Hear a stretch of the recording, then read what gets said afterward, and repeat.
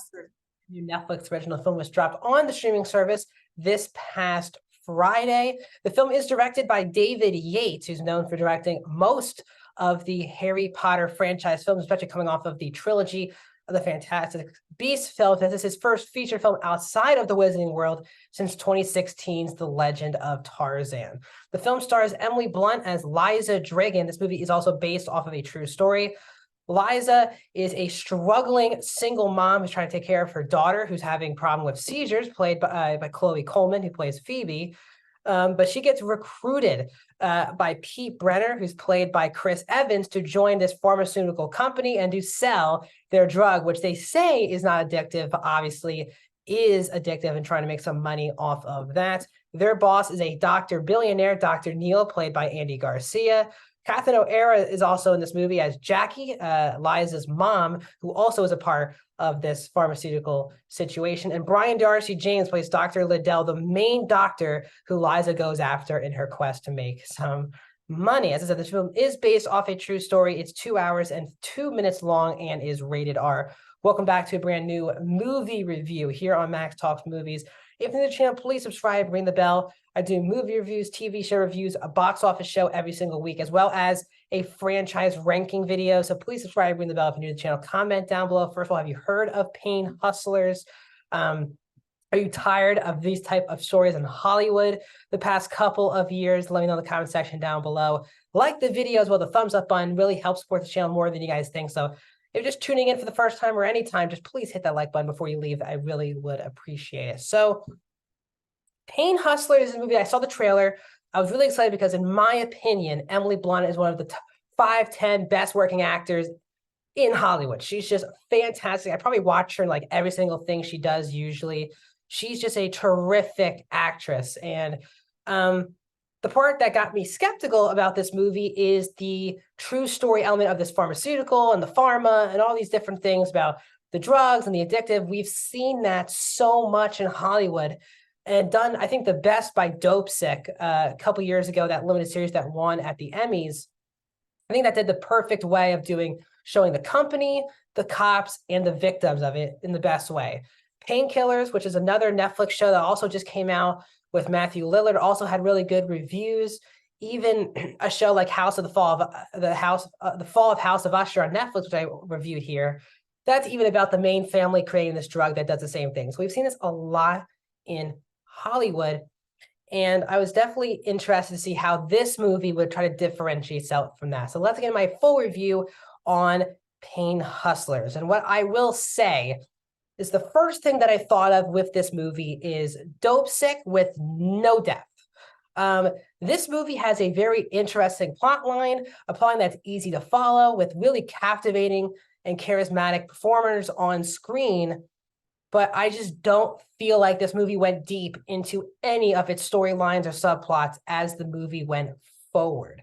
I think the best part of the movie by far for me is the first act of the movie. It's great in building up the Evans and Blunt relationship. You really buy them, why Emily Blunt, you understand her background, you understand her child's condition, their relationship, her relationship with her mom.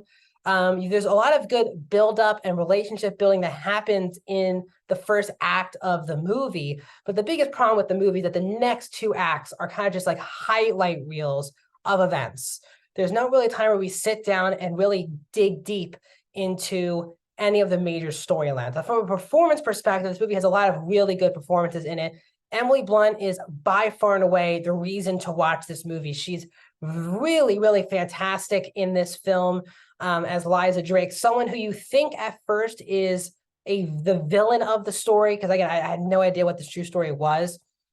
For someone like me, the movie kind of throws at you that she could be the main villain of the movie, that she's the one who helps scam everything, and she definitely is very helpful in how this company becomes rich and really causes some people to die. But they do a good job of making her not just this blank villain or hero of the story. She has a lot going on. You can understand a lot of what she's going on, but she's also a very flawed character. And the movie, thankfully, is very centered on her character, and she's terrific in the film. Now, Chris Evans is really solid in this movie. I'm one of those rare people. I really do enjoy Chris Evans outside of the MCU. He's not just Captain America whenever I see him in a performance. And this is a different type of Chris Evans because he's playing this scumbag COO of this company.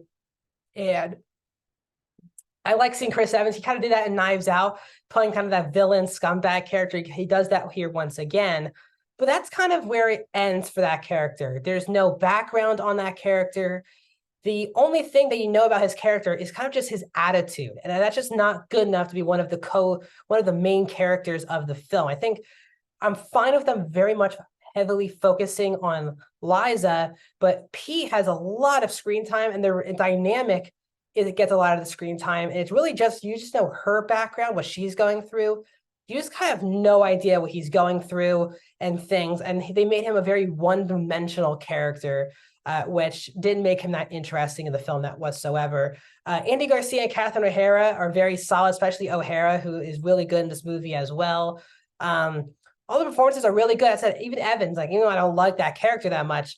And the way he's written, Evans is really solid in the role. It's also a very well-made movie from a production design perspective.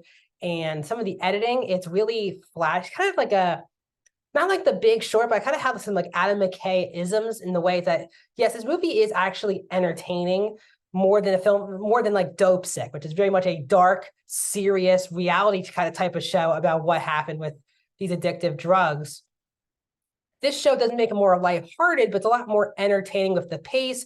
It kind of has a more Wolf of Wall Street type vibe to it, where a lot of messed up things are going on, but it's such at a high degree, and there's a lot of entertaining, charismatic actors that it can be kind of entertaining to watch. And that was the part I was surprised with. I was actually entertained from really start to finish with this movie. There was no time I was bored or anything like that. But I said, there's just no depth. And the big reason why is that we just focus on Liza the whole movie. We could have gone into Pete a lot. We could have easily gone into Andy Garcia's character a lot more than we did. And another big problem I have with this movie is that it doesn't go to the victims and their background on how they take the drugs and things like that. Really ever. There's kind of this one minute subplot with this one guy who's taking the drug that Blunt and Evans are obviously promoting.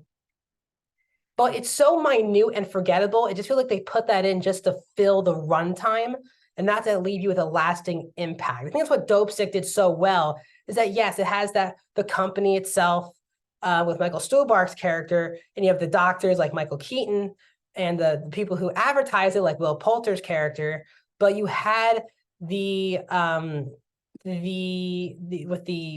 people, the human beings who are getting affected by this, which was by Caitlin Dever. You have the cops element of it with Rosario Dawson and Peter Sarsgaard. So there was an element of, you really understood all the perspectives at play. And this movie focuses just on one person for this really huge operation. And it wasn't just her, obviously. She's the most fascinating character of the movie.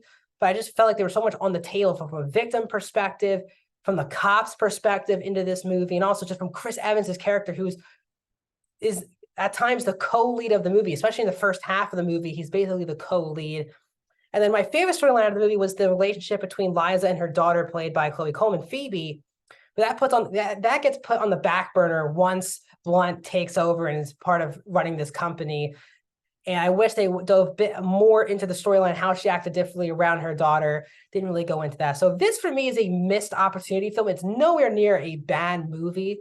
But it's one of the most frustrating films I've seen all year because you have such great actors on screen, especially Blunt is giving another fantastic performance. But there's so much meat on the table I felt with this movie, and it's already at 2 hours. So I'm going to give Pain Hustlers a 2.5 out of 5, 53% for Pain Hustlers. Not bad, but not good either. So what are your thoughts on this movie? Let me know in the comment section down below, and I'll see you guys.